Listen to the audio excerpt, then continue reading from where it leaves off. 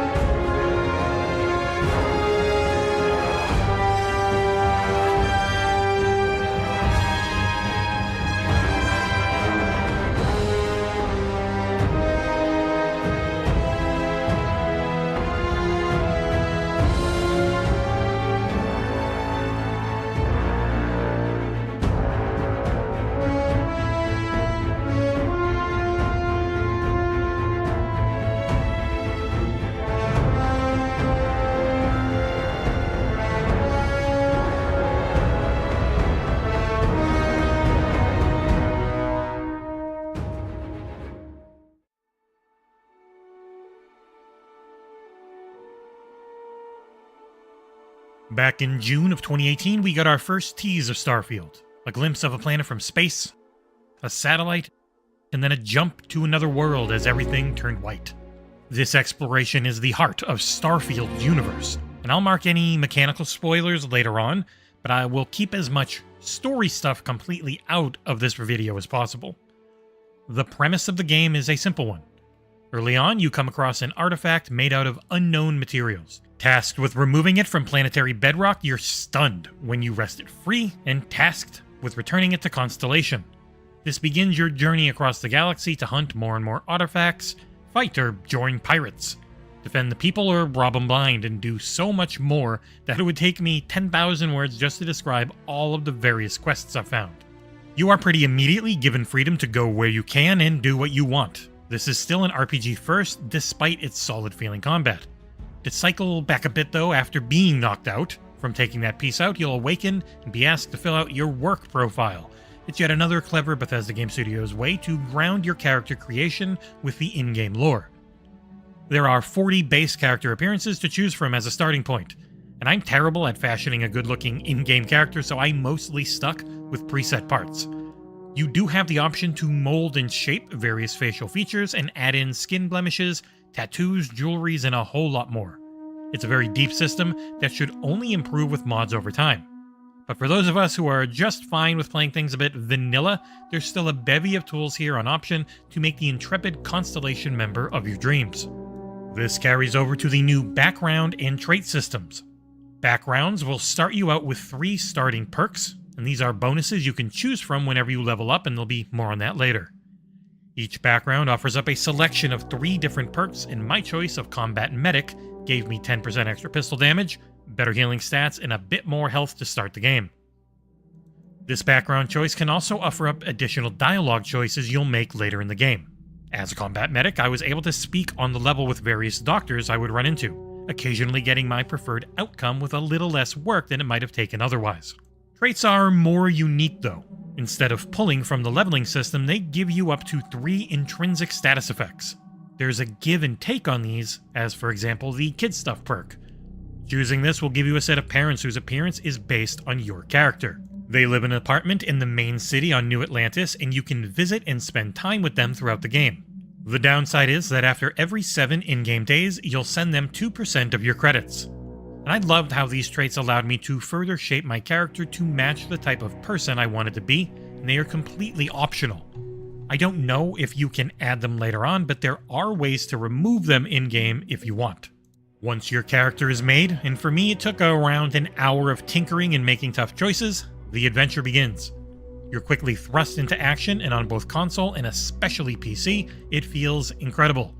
BGS titles have never been known for having the best feeling combat or movement, but Starfield features excellent combat even at 30 FPS on Series X or S.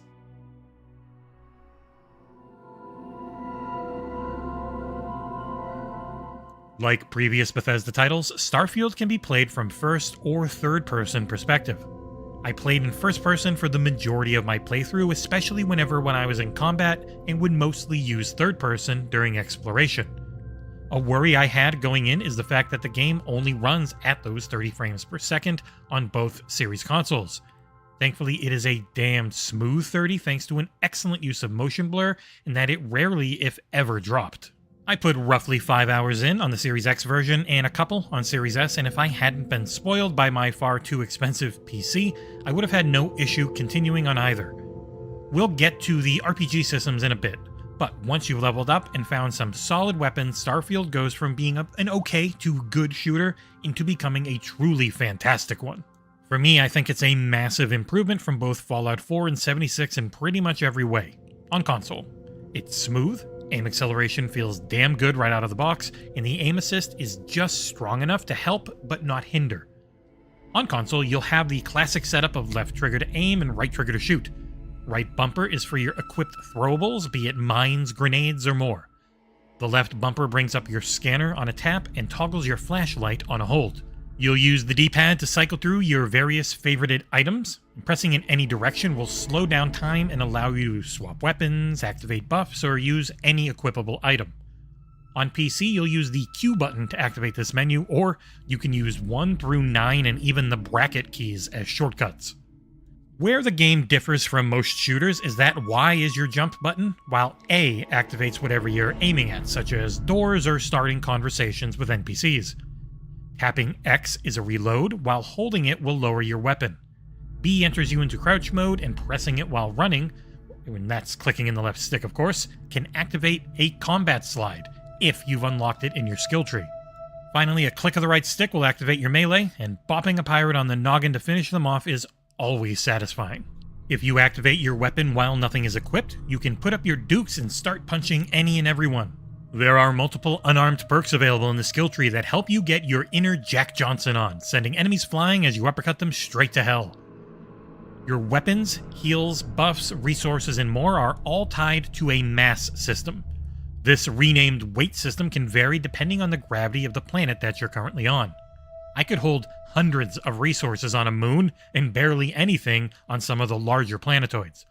And gravity will also greatly affect your boost pack. You use that by pressing the jump button while you're in the air to activate it, and depending on the strength of the gravity around you, that could mean you zip up a few inches or a few dozen feet. I invested in my jetpack power early and on to avoid the melee rushing pirates and furious alien creatures, and to help aid in traversing the massive planets that quests or curiosity compelled me to visit.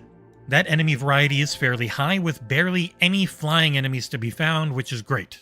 Multiple human factions may or may not be looking to kill you at any given time, with the Spacer and Ecliptic mercenary factions being your main constant humanoid threats. Roughly 10% of the planets or so are supposed to have life, and those that do are a mix of hostile and non-threatening flora and fauna. One enormous departure from previous BGS titles is that you can no longer loot or strip dead NPCs of their equipped items.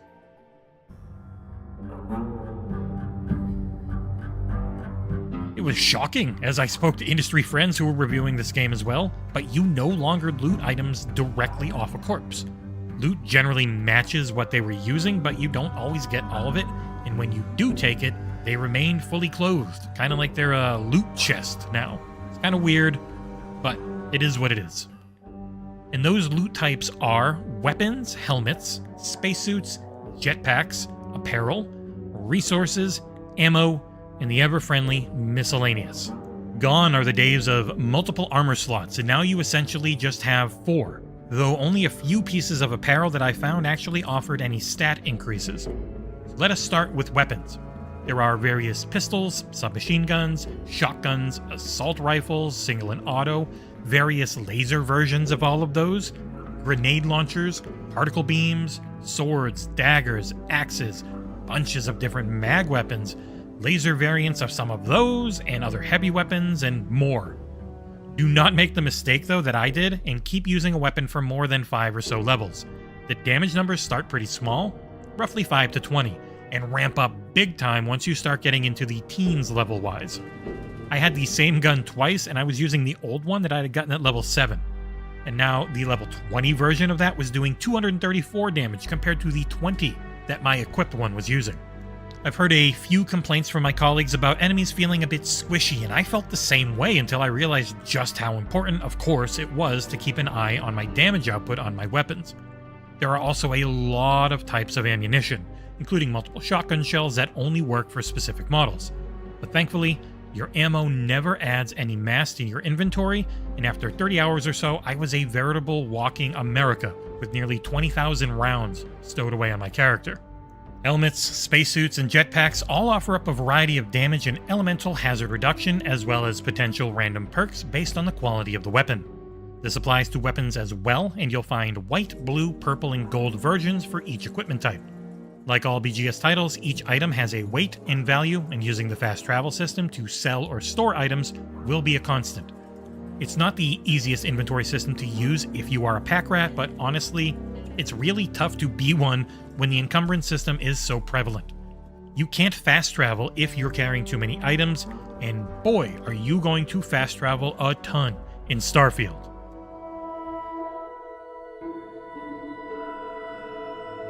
There's a reason the game requires an SSD on PC and of course on console. And after beating the game and exploring dozens of star systems, thank God that it does. The Creation Engine 2 is still working on cells, and those cells mean when you move into or out of an area, you're hit with a loading screen. On Xbox, this means a few seconds most of the time, with the timer being slightly less on my beefy PC. Every time you visit somewhere, you unlock the ability to immediately fast travel to it. Visiting an area for the first time means either hoofing it or, more likely, fast traveling back to your current vessel. Once you're sitting in the cockpit of your ship, holding down a button begins the animation to head into space around your current planet or moon. But it is not No Man's Sky, as you will never want to fly from surface to planet or vice versa. And I never even bothered trying because the space between any object in space itself is so vast and you travel so slow in there that I can't imagine it would ever take less than a few days, if not weeks of real time to attempt it. So I look forward to the modders or the people who know their console commands making their ship super fast so we can see if you can do it or not. Even after buying the most expensive engine I could, it was nowhere near the speed of light while just trucking around. And each flying zone is its own localized play zone. One complaint I can see people making is just how many times the exploration of the game is tied to loading screens. It isn't that seamless Red Dead Redemption style where you ride a horse for a while, get to a town, walk into a bar, and sit down without ever fading to black. It didn't bother me, as the true exploration is down on the various planet surfaces, as you use your scanner to track the local resources, plants, and animals and find procedurally placed, handcrafted areas of interest. Because of this constant loading, though, this game would be a nightmare on last generation consoles or computers that do lack an SSD. As we're talking about the ship, let's get into how it works a bit. The new shipbuilding system is complex and deep, and it is tied to the progression tree in multiple ways. I tried my hand at crafting a few vessels, but defaulted to ones I'd either taken by killing their crew or won through hard-fought quest chains. Your ships can be enormous, and they are their own cells as well.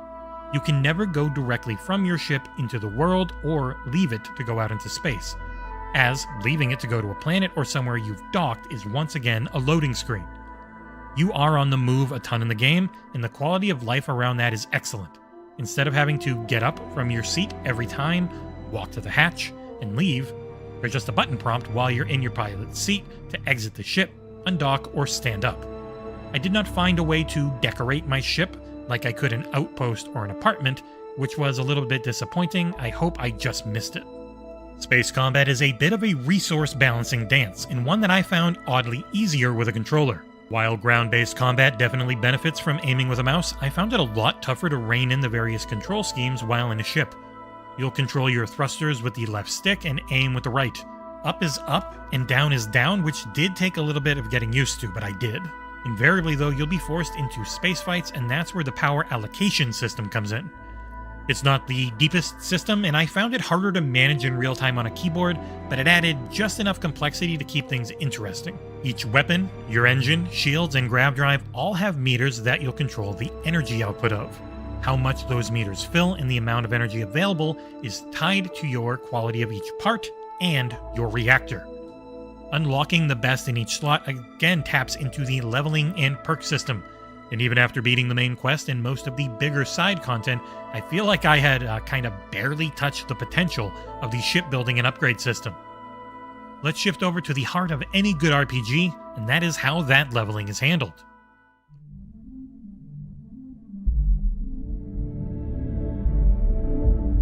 Starfield uses the tried and true experience system of most games.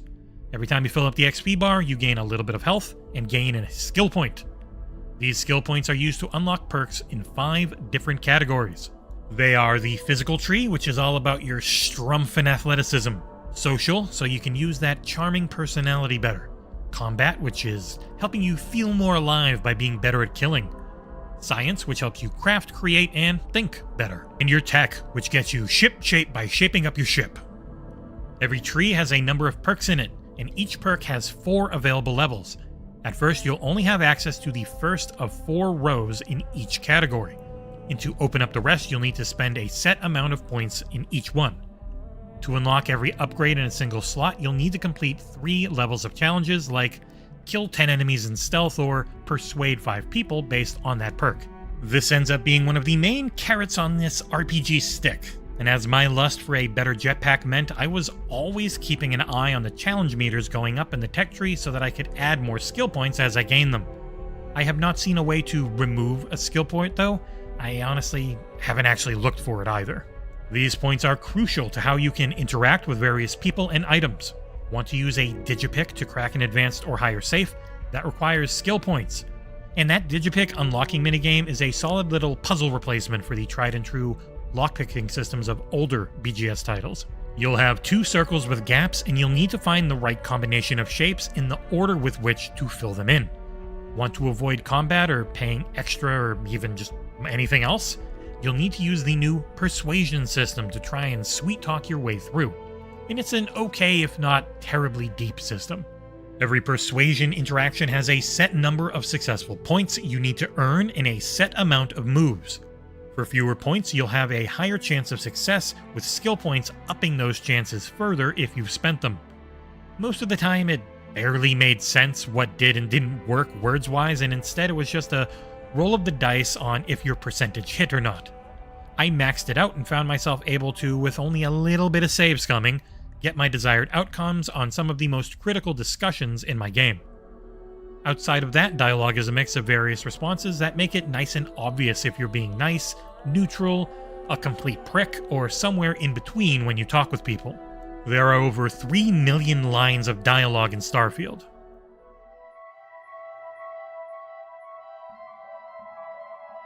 Choices you make matter, and the consequences will never be the same. In between the hot and heavy action segments, you'll spend a lot of time interacting with hundreds if not thousands of different NPCs. Long quest chains for the main story, various factions, and dozens of stumbled upon side quests will find you talking with a variety of different looking and thankfully different sounding characters. The writing is stellar across the board, even occasionally being damned funny at times, as humor in games is always a bitch to pull off and they lean into it at the right times in Starfield. It's pretty serious most of the time, though never dour in tone. Starfield is a hopeful game about exploration and discovery. You can feel it in the tones they strive for, even at the darkest of times. I can't be an asshole in games like this, as I find life to be too full of that already. I earned the trust of people and never let them down, and saw their characters grow because of it.